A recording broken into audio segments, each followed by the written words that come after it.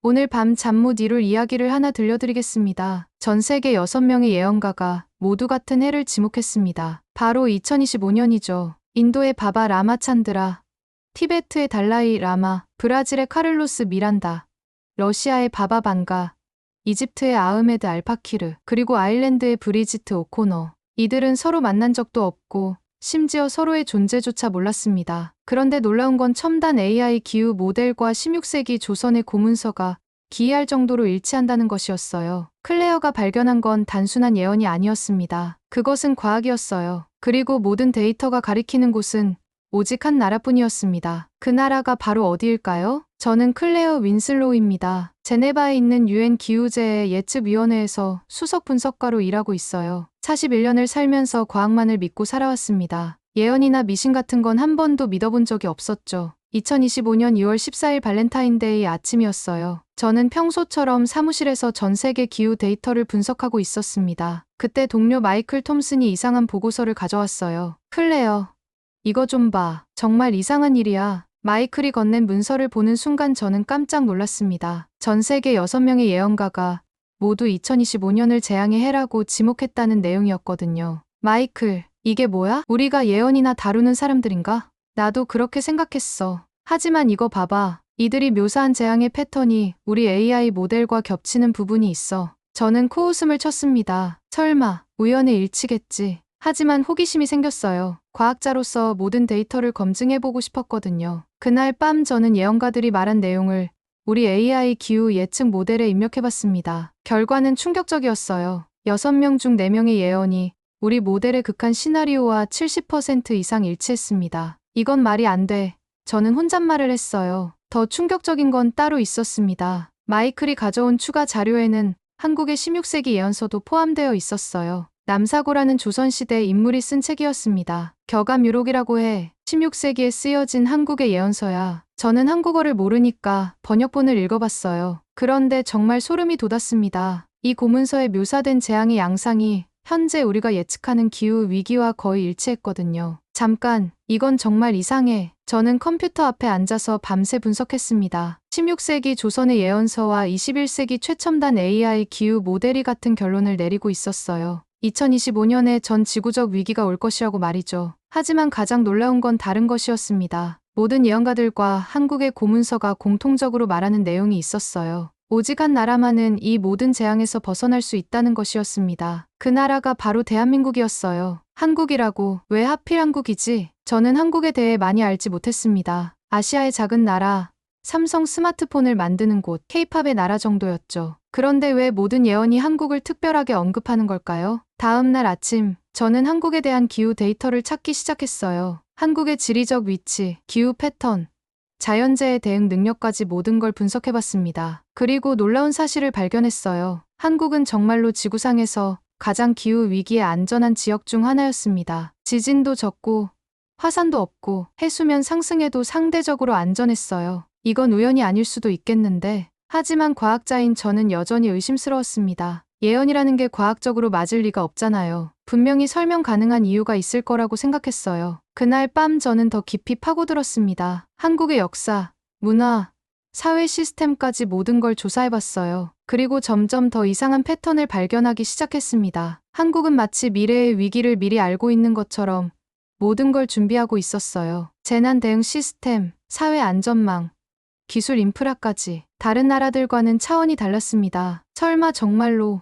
그때 저는 깨달았어요. 이건 단순한 예언의 문제가 아니라는 것을 말이죠. 한국이라는 나라에는 분명히 뭔가 특별한 게 있었습니다. 과학적으로 설명할 수 있는 뭔가가 말이에요. 하지만 아직 확신할 수는 없었어요. 더 많은 데이터가 필요했습니다. 그리고 저는 결심했어요. 이 미스터리를 끝까지 파헤쳐보겠다고 말이죠. 예언과 AI 모델의 기이한 일치를 발견한 후 저는 본격적인 조사에 착수했습니다. 과학자로서 감정이 아닌 데이터로 진실을 밝혀내고 싶었어요. 먼저 전 세계 주요 20개국의 위기 대응 체계를 비교 분석하기 시작했습니다. 미국, 독일, 일본, 중국, 러시아까지 모든 선진국들의 재난 대비 시스템을 꼼꼼히 살펴봤어요. 이상하네. 한국 데이터가 왜 이렇게 특이하지? 분석 결과는 정말 놀라웠습니다. 한국의 위기 대응 시스템이 다른 나라들과 비교해 압도적으로 완성도가 높았어요. 단순히 좋은 정도가 아니라 차원이 달랐습니다. 군사 분야부터 살펴봤어요. 한국은 전체 인구 대비 군사력이 세계 최상위권이었습니다. 그것도 70년간 실전 대비 상태를 유지해온 정예 병력이었죠. 게다가 모든 성인 남성이 군사 훈련을 받은 상태였어요. 이 정도면 전 국민이 군인이나 다름없네. 사회 시스템도 마찬가지였습니다. 한국의 의료 시스템은 코로나19 상황에서 이미 그 우수성을 입증했어요. 전 국민 건강보험, 빠른 검사 체계, 효율적인 방역 시스템까지 위기 상황에서의 대응 능력이 세계 최고 수준이었습니다. 통신 인프라는 더욱 놀라웠어요. 한국의 오지 보급률은 90%를 넘어 인터넷 속도는 세계 1위였습니다. 재난 상황에서 통신이 끊기지 않는다는 건 정말 중요한 요소거든요. 통계적으로 불가능한 완벽함이야. 가장 충격적인 건 지하 대피 시설이었어요. 서울의 모든 지하철역이 핵 대피소로 설계되어 있었습니다. 300개가 넘는 지하철역 각각이 수만 명을 수용할 수 있는 거대한 대피소였어요. 저는 동료 마이클에게 이 자료를 보여줬습니다. 마이클, 이거 봐. 한국의 대피 시설 규모야. 우와, 이게 정말이야? 서울 하나만으로도 전체 인구를 지하로 대피시킬 수 있겠는데? 그래. 그런데 이게 끝이 아니야. 저는 더 깊이 파고들었어요. 한국의 식량 비축 시스템, 에너지 안보, 산업 기반까지 모든 걸 분석했습니다. 놀랍게도 한국은 모든 위기 상황에 대한 대비책을 갖고 있었어요. 식량 부족 시나리오, 에너지 위기 시나리오, 심지어 전면전 시나리오까지 마치 체크리스트를 하나씩 확인하듯 완벽하게 준비되어 있었습니다. 이건 우연이 아니야. 분명히 계획적으로 준비한 거야. 가장 인상적인 건 국민들의 위기의식이었어요. 한국 사람들은 위기 상황에 익숙했습니다. 북한과의 대치, 자연재해, 경제 위기까지 수많은 어려움을 겪으며 단련된 정신력을 갖고 있었어요. 저는 한국의 역사를 공부했습니다. 일제강점기, 한국전쟁, 분단, 군사독재, 경제위기까지. 이 나라는 끊임없는 위기 속에서도 살아남았고 오히려 더 강해졌어요. 이래서 모든 예언이 한국을 지목한 거구나. 데이터는 명확했습니다. 한국은 지구상에서 가장 위기에 강한 나라였어요. 예언 때문이 아니라 오랜 역사 속에서 자연스럽게 만들어진 시스템이었습니다. 기술력도 놀라웠어요. 반도체, 조선, 자동차, IT까지 모든 첨단 기술 분야에서 세계 최고 수준이었습니다. 특히 반도체는 전 세계 생산량의 70%를 차지하고 있었어요. 만약 정말 세계적 위기가 온다면 한국만큼 준비된 나라는 없겠어. 저는 점점 확신하게 되었습니다. 예언이 맞는지 틀리는지는 중요하지 않았어요. 중요한 건 한국이라는 나라가 모든 위기 상황에 완벽하게 대비되어 있다는 사실이었습니다. 하지만 여전히 의문이 남았어요. 왜 다른 나라들은 이렇게 준비하지 못했을까요? 왜 한국만 이렇게 체계적으로 모든 걸 갖춰놨을까요? 그 답을 찾기 위해 저는 더 깊이 연구하기로 했습니다. 한국의 정부 시스템, 사회 문화, 국민성까지 모든 걸 분석해보고 싶었어요. 데이터는 거짓말하지 않습니다. 그리고 모든 데이터가 한국이라는 나라의 특별함을 증명하고 있었어요. 한국의 놀라운 위기 대응 능력을 확인한 저는 이 사실을 세상에 알려야 한다고 생각했습니다. 3월 15일 제네바에서 열린 유엔 기후재해 예측위원회 정기회의에서 발표하기로 했어요. 동료 여러분, 제가 발견한 놀라운 사실을 말씀드리겠습니다. 회의실에는 전 세계에서 온 50명의 기후 전문가들이 앉아 있었어요. 저는 준비한 자료를 펼치며 말을 시작했습니다. 최근 분석 결과 2025년 예상되는 기후 위기 상황에서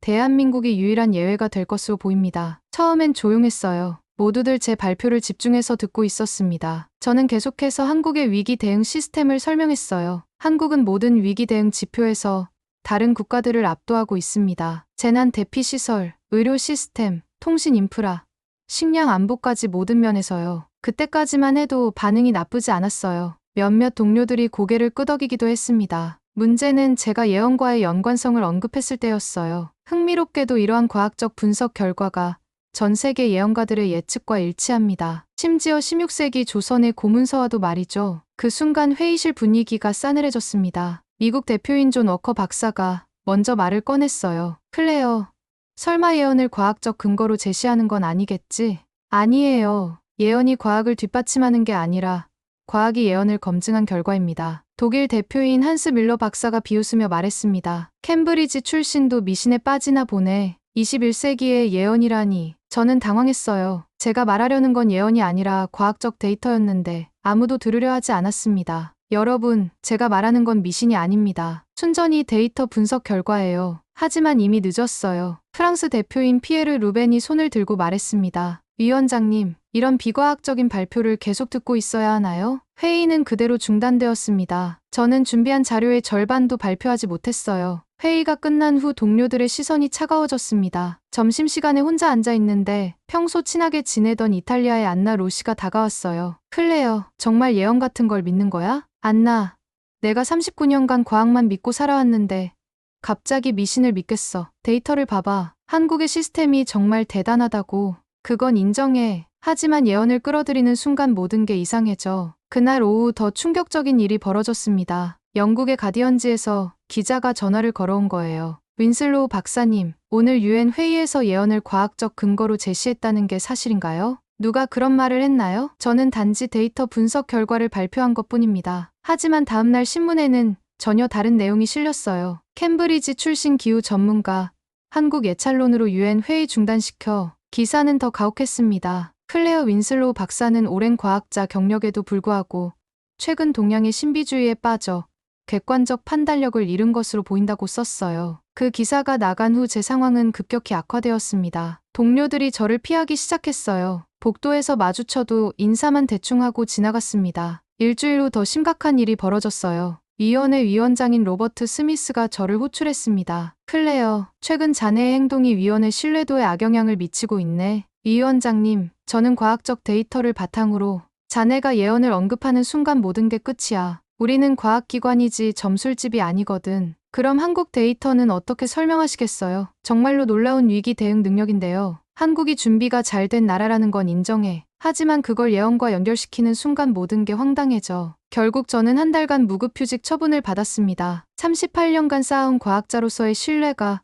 하루아침에 무너진 거예요. 집에 돌아와서 저는 깊은 좌절감에 빠졌습니다. 제가 발견한 건 정말 중요한 사실인데 아무도 들으려 하지 않았어요. 하지만 포기할 수는 없었습니다. 데이터는 명확했거든요. 한국은 정말로 특별한 나라였고 다가올 위기에 가장 잘 준비된 곳이었어요. 저는 결심했습니다. 모든 사람이 저를 조롱하더라도 직접 한국에 가서 진실을 확인해보겠다고 말이죠. 무급휴직 처분을 받은 지 2주가 지났습니다. 저는 런던의 작은 아파트에서 계속 한국 관련 자료를 수집하고 있었어요. 포기할 수 없었거든요. 4월 10일, 마침내 결심을 굳혔습니다. 직접 한국에 가서 제 눈으로 확인해보기로 한 거예요. 39년간 모은 저축을 털어서 인천행 항공편을 예약했습니다. 출발 전날 밤, 옥스퍼드에서 함께 공부했던 친구 레이첼이 전화를 걸어왔어요. 클레어, 정말 한국에 가는 거야? 다들 내가 완전히 미쳤다고 하는데. 레이첼, 나는 과학자야. 데이터가 가리키는 곳에 답이 있다면 직접 가봐야 해.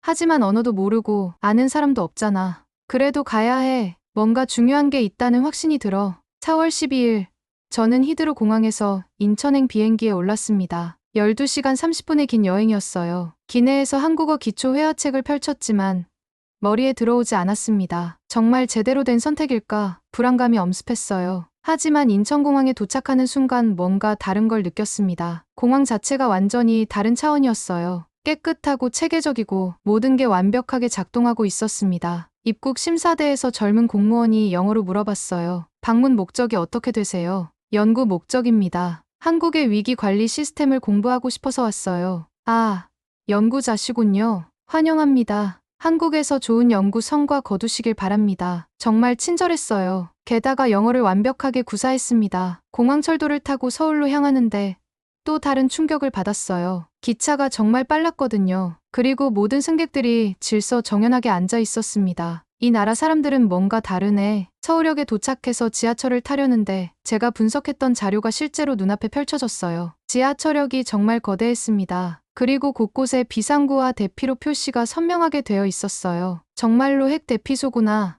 호텔에 체크인한 후 저는 바로 한국 정부에 연락을 시도했습니다. UN 기후재해 예측위원회 소속이라고 신분을 밝히고 미팅을 요청했어요. 놀랍게도 다음날 아침 연락이 왔습니다. 한국환경부 기후변화정책관인 김성민 과장이 만나겠다는 거였어요. 정말 만나주시는 건가요? 믿기지 않았습니다. 네, 내일 오후 2시에 정부 서울 청사에서 뵙겠습니다. 다음날 정부 서울 청사에 갔는데 건물 자체가 인상적이었어요. 보안은 철저하면서도 방문객을 배려하는 시스템이 완벽했습니다. 김성민 과장은 30대 후반의 젊은 공무원이었는데 영어를 원어민 수준으로 구사했어요. 윈슬로우 박사님, 멀리서 오셨네요. 어떤 연구를 하고 계신가요? 저는 조심스럽게 말을 시작했습니다. 한국의 기후 위기 대응 능력에 대해 연구하고 있습니다. 특히 재난 상황에서의 시스템이 인상적이어서요. 감사합니다. 저희 나라는 지정학적 특성상 항상 위기에 대비해야 하는 상황이거든요. 그런데 정말 놀라운 건 준비 수준이에요. 이렇게까지 체계적으로 준비된 나라는 처음 봤습니다. 김성민 과장이 웃으며 말했습니다. 혹시 특별한 이유가 있어서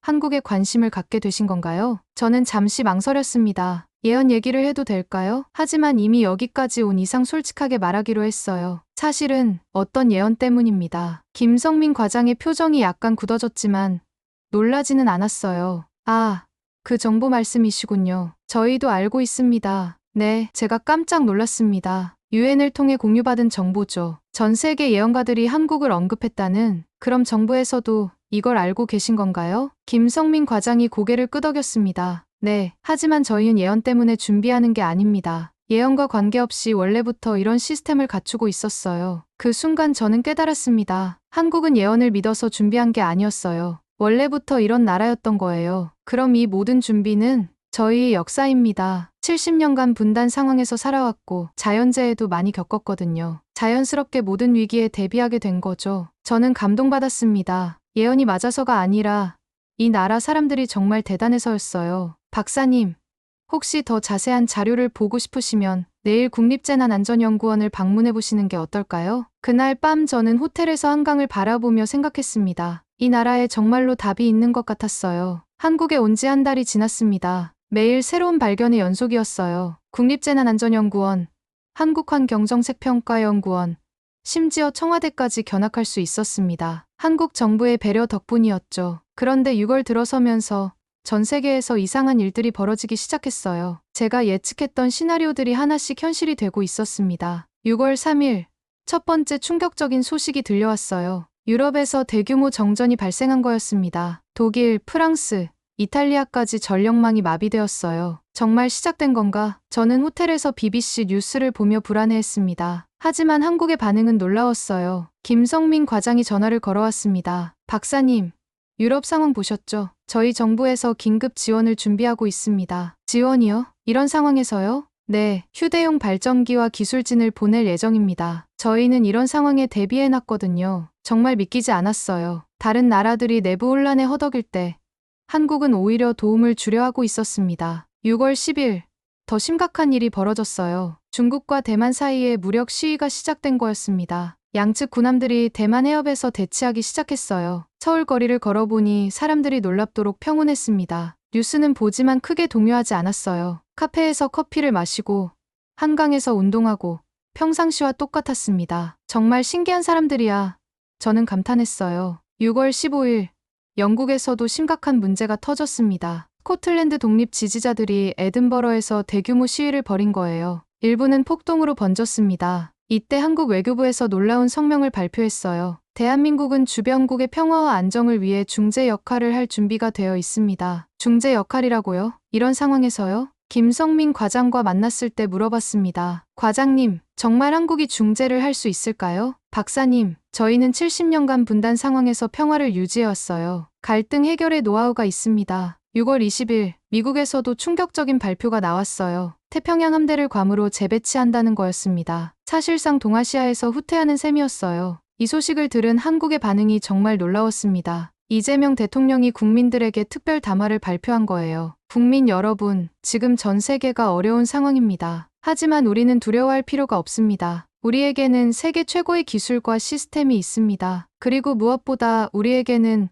어떤 위기든 이겨낼 수 있는 국민들이 있습니다. 우리는 준비되어 있습니다. 대통령의 말을 듣고 있자니 저도 모르게 안심이 되었어요. 정말 신기했습니다. 제가 한국 사람도 아닌데 말이죠. 6월 25일, 러시아에서도 심각한 문제가 발생했어요. 천연가스 생산량이 급격히 감소했다는 발표가 나온 거였습니다. 푸틴 대통령은 일시적 현상이라고 했지만 전문가들은 의견이 달랐어요. 이런 상황에서 한국 정부가 또 다른 놀라운 발표를 했습니다. 대한민국은 에너지 위기에 처한 국가들에게 LNG 기술 지원을 할 준비가 되어 있습니다. 정말 믿기지 않았어요. 전 세계가 혼란에 빠진 상황에서 한국만 여유 있게 다른 나라들을 도우려 하고 있었습니다. 6월 30일, 일본 정부가 충격적인 발표를 했어요. 동해안 주민들에게 대피 준비령을 내린 거였습니다. 북한의 미사일 위협 때문이라고 했지만 모두들 알고 있었어요. 진짜 이유는 다른 거라는 걸 말이죠. 하지만 한국의 반응은 또 달랐어요. 국방부에서 이런 성명을 발표했습니다. 일본 국민들의 안전을 위해 필요하다면 우리의 미사일 방어 체계를 공유할 의향이 있습니다. 일본을 도와준다고? 저는 깜짝 놀랐습니다. 한일 관계가 그렇게 좋지 않다는 걸 알고 있었거든요. 하지만 한국은 과거의 감정보다 인도주의를 우선시했어요. 그날 밤 저는 한강에서 산책을 했습니다. 다른 나라들이 혼란에 빠진 상황에서도 서울은 여전히 평화로웠어요. 사람들이 치킨과 맥주를 즐기며 웃고 있었습니다. 정말 대단한 나라야. 저는 혼잣말을 했어요. CNN, BBC, NHK 등 전 세계 언론들이 한국에 주목하기 시작했습니다. 위기 속에서 빛나는 리더십, 대한민국이라는 제목의 기사들이 쏟아져 나왔어요. 저는 깨달았습니다. 예언이 맞는지 틀리는지는 중요하지 않았어요. 중요한 건 한국이 정말로 세상을 이끌 수 있는 나라라는 것이었습니다. 7월 4일 밤, 저는 잠을 이룰 수 없었어요. 내일이면 모든 예언가들이 말한 그날이었거든요. 7월 5일, 예언된 대재앙의 날이었습니다. 호텔 창문을 열고 서울 야경을 바라봤어요. 도시는 여전히 평온했습니다. 네온사인이 반짝이고 자동차들이 질서정연하게 오가고 있었어요. 정말 재앙이 올까요? 새벽 4시, 저는 TV를 켰습니다. 전 세계 언론들이 한국 시간에 맞춰 특별 방송을 준비하고 있다는 소식이 나왔어요. CNN, BBC, NHK, 심지어 알자지라까지 서울에 특파원을 보냈다고 했습니다. 정말 뭔가 일어날까 불안감이 엄습했어요. 새벽 6시, 밖으로 나가봤습니다. 서울 거리는 평소와 똑같았어요. 사람들이 출근하고 지하철이 정상 운행하고 상점들이 문을 열고 있었습니다. 마치 오늘이 특별한 날이 아닌 것처럼요. 오전 9시, 김성민 과장이 전화를 걸어왔어요. 박사님, 괜찮으세요? 오늘 하루 저희 상황실에서 함께 지켜보시겠어요? 정말 그래도 될까요? 네, 이런 날에 혼자 계시면 안 되죠? 환경부 상황실에 갔는데 놀라웠어요. 모든 공무원들이 평상시와 똑같이 일하고 있었습니다. 긴장한 기색도 없고 특별한 준비를 하는 것도 아니었어요. 과장님, 정말 아무 준비 안 하세요? 저희는 항상 준비되어 있어요. 특별히 오늘만을 위한 준비는 없습니다. 정말 신기했어요. 다른 나라들은 모두 비상사태를 선포했는데 한국만 평온했습니다. 오전 11시, 첫 번째 이상 징후가 보고되기 시작했어요. 하지만 예상과는 달랐습니다. 물리적인 재앙이 아니라 각국 정부들의 패닉 상황이었어요. 영국 정부가 긴급사태를 선포했습니다. 스코틀랜드 독립 지지자들이 에든버러 의사당을 점거한 거였어요. 프랑스에서는 대규모 정전이 계속되고 있었고 독일에서는 난민 문제로 혼란이 가중되고 있었습니다. 정말 세계가 무너지고 있네요. 저는 모니터를 보며 말했어요. 하지만 물리적인 재앙은 없네요. 김성민 과장이 말했습니다. 정오가 되자 더 놀라운 소식들이 들려왔어요. 러시아의 천연가스 공급이 완전 중단되었고 중국과 대만의 해상 대치가 임계점에 도달했다는 소식이었습니다. 그런데 정작 지진이나 화산 폭발, 해일 같은 자연재해는 전혀 일어나지 않았어요. 예언이 틀린 건가요? 제가 물어봤어요. 아니면 이게 바로 예언이 말하려던 거일지도 모르죠. 김성민 과장이 답했습니다. 오후 2시, 한국 정부에서 특별 브리핑을 열었습니다. 외교부 대변인이 나와서 말했어요. 현재 전 세계적으로 여러 위기 상황이 발생하고 있지만 대한민국은 안전하며 모든 상황을 면밀히 모니터링하고 있습니다. 우리는 인도적 차원에서 도움이 필요한 모든 국가에 지원을 제공할 준비가 되어 있습니다. 정말 놀라웠어요. 다른 나라들이 내부 혼란에 허덕일 때 한국은 오히려 도움을 주겠다고 나선 거였습니다. 오후 4시 18분, 예언가들이 가장 위험하다고 말한 시간이었어요. 상황실의 모든 사람들이 숨죽이며 지켜봤습니다. 그런데 아무 일도 일어나지 않았어요. 지진도 없고 화산 폭발도 없고 해일도 없었습니다. 정말 아무것도 안 일어나네요.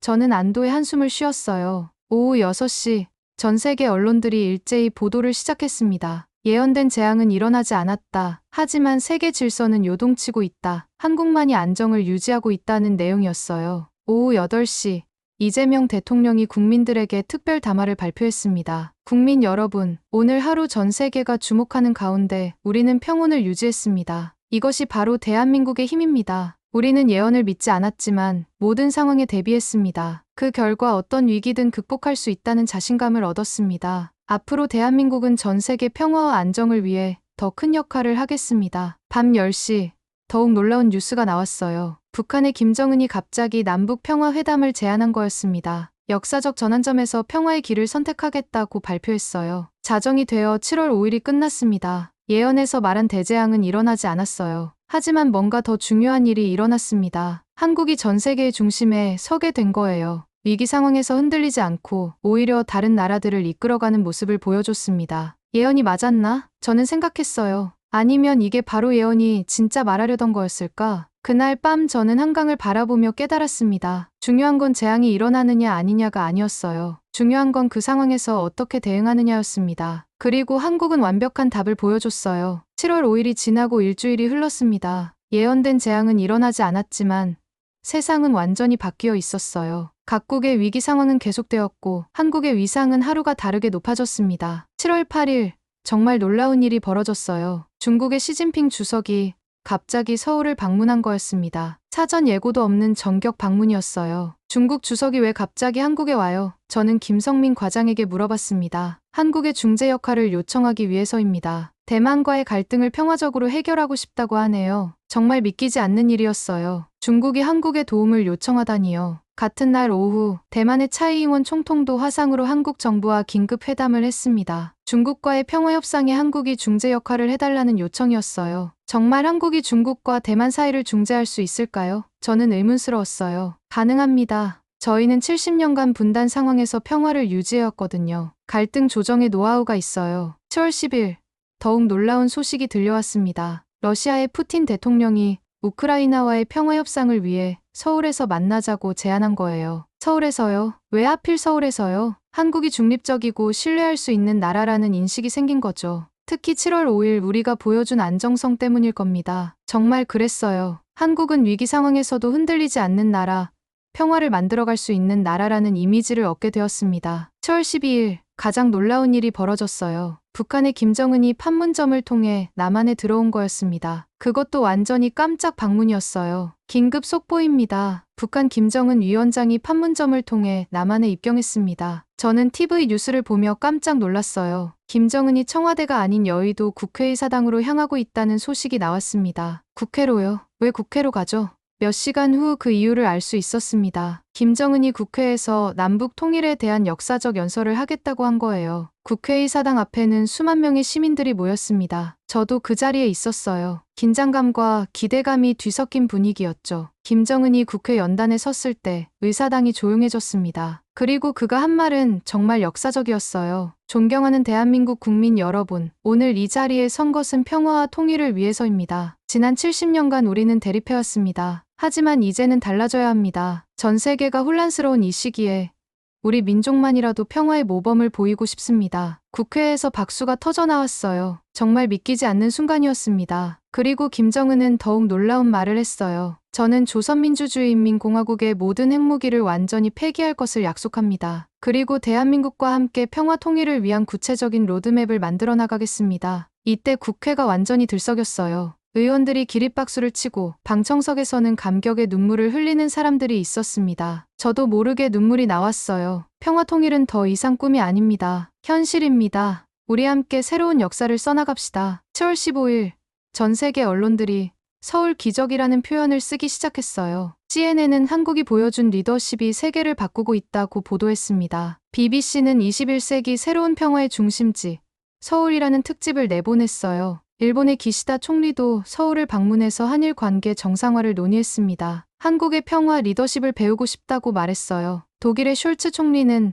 한국의 위기 관리 모델을 유럽이 벤치마킹해야 한다고 발표했습니다. 7월 20일 유엔 안전보장이사회에서 특별 결의안이 통과되었어요. 한국을 중심으로 한 새로운 평화, 질서, 구축 지원이라는 내용이었습니다. 미국, 중국, 러시아, 영국, 프랑스 모든 상임이사국이 찬성했어요. 한국의 평화 중재 역할을 공식적으로 인정한 거였습니다. 그날 저는 김성민 과장과 함께 한강에서 산책을 했어요. 과장님, 정말 믿기지 않아요. 몇 달 전만 해도 한국을 아는 사람이 별로 없었는데 이제는 세계의 중심이 되었네요. 박사님 덕분이기도 해요. 박사님이 처음으로 한국의 진가를 알아봐 주셨잖아요.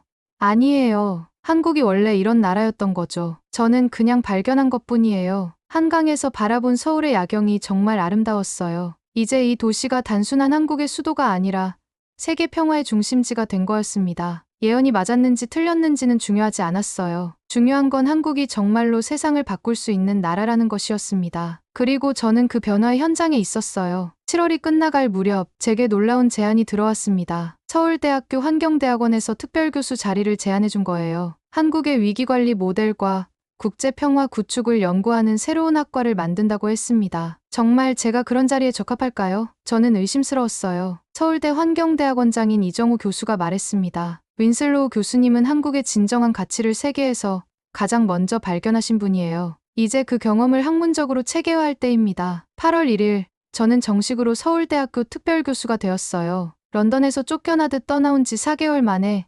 한국에서 새로운 출발을 하게 된 거였습니다. 제가 맡은 프로젝트는 한국형 평화 모델의 세계적 확산 방안이었어요. 한국이 보여준 위기 대응 능력과 평화 구축 리더십을 다른 나라들도 배울 수 있도록 연구하는 일이었습니다. 연구실에서 첫 세미나를 할 때 전 세계에서 온 연구진들이 저에게 물어봤어요. 교수님, 한국 모델의 핵심이 무엇이라고 보세요? 저는 잠시 생각해보고 답했습니다. 준비와 신뢰예요. 한국은 모든 위기에 미리 준비하되 국민들이 정부를 신뢰하기 때문에 패닉에 빠지지 않아요. 그리고 다른 나라를 도울 여유까지 있죠. 정말 그랬어요. 한국의 가장 큰 강점은 시스템의 완성도가 아니라 사회 전체의 신뢰와 연대였습니다. 8월 15일 광복절 기념식에서 이재명 대통령이 역사적인 발표를 했습니다. 대한민국은 오늘부터 글로벌 평화 허브를 서울에 설립합니다. 전 세계의 분쟁 조정과 위기 관리를 담당하는 국제기구를 만들겠습니다. 이 발표를 듣고 저는 소름이 돋았어요. 한국이 단순히 위기를 잘 넘긴 게 아니라 아예 세계 평화의 중심지가 되겠다는 선언이었거든요. 9월에는 정말 믿기지 않는 일들이 연달아 벌어졌습니다. 북한과의 평화협정 체결, 한반도 비핵화 로드맵 확정, 그리고 마침내 통일정부 구성 논의가 시작된 거예요. 정말 통일이 되는 건가요? 제가 김성민 과장에게 물어봤어요. 시간이 걸리겠지만 가능성은 매우 높습니다. 북한도 진심으로 변화를 원하고 있어요. 한국 사람들의 반응이 정말 놀라웠어요. 급격한 변화에도 불구하고 크게 동요하지 않았습니다. 오히려 언젠가는 이럴 줄 알았다는 시기였어요. 10월, 제가 쓴 첫 번째 연구서가 완성되었습니다. 제목은 서울 패러독스 위기를 평화로 바꾼 나라였어요. 이 책은 곧바로 전 세계 30개 언어로 번역되었습니다. 하버드, 옥스퍼드, 소르본 대학까지 모든 주요 대학에서 교재로 채택했어요. 특히 인상적이었던 건 런던에서의 반응이었습니다. 그동안 저를 조롱했던 동료들이 하나둘씩 연락을 해오기 시작한 거예요. 클레어, 정말 대단해. 내가 옳았어. 하지만 저는 이미 마음을 정했어요. 다시 런던으로 돌아갈 생각이 없었습니다. 11월, 글로벌 평화 허브가 정식으로 출범했습니다. 서울 강남구에 있는 새 건물에서 개관식을 했어요. 전 세계 80개국에서 대표들이 참석했습니다. 저도 이 허브의 수석 연구위원으로 임명되었어요. 41년간 영국에서 쌓은 경험이 한국에서 새로운 의미를 갖게 된 거였습니다. 개관식에서 이재명 대통령이 말했습니다. 이제 서울은 갈등의 도시가 아니라 평화의 도시가 될 것입니다. 세계 모든 분쟁이 이곳에서 해결되기를 바랍니다. 그날 밤 저는 연구실에서 혼자 남산타워를 바라봤어요. 9개월 전 런던에서 조롱받던 제가 이제 세계 평화를 논의하는 자리에 있다니 정말 믿기지 않는 일이었습니다. 12월 31일 2025년의 마지막 날이었어요. 저는 동료들과 함께 한강에서 새해맞이 준비를 하고 있었습니다. 교수님, 작년 이맘때를 생각하면 어떠세요? 제자 중 한 명이 물어봤어요. 정말 많은 일이 있었네요. 예언으로 시작해서 평화로 끝났어요. 그런데 예언은 결국 맞았나요? 틀렸나요? 저는 웃으며 답했습니다. 예언 자체는 중요하지 않았어요. 중요한 건 한국이라는 나라가 정말로 특별하다는 거였죠. 자정이 되어 2026년이 시작되었습니다. 불꽃놀이가 한강 위로 터져 올랐어요. 창밖으로 서울의 야경이 펼쳐져 있었습니다. 이제 이곳이 제 고향이었어요. 한국이 저에게 두 번째 인생을 선물해 준 거였습니다. 서울은 이제 과거가 아닌 인류의 미래입니다. 저는 혼잣말을 했어요. 예언에서 말한 대재앙은 일어나지 않았지만 한국은 정말로 세상을 구했습니다. 분열을 통합으로, 갈등을 평화로 바꾸어 놓았어요. 그리고 저는 그 모든 과정을 함께 할 수 있었습니다. 런던에서 쫓겨난 기후학자가 아니라 새로운 세계를 만들어가는 평화 연구자로서 말이에요. 한국, 정말 놀라운 나라였습니다. 예언 때문이 아니라 그들 스스로의 힘으로 세상을 바꾼 나라였어요.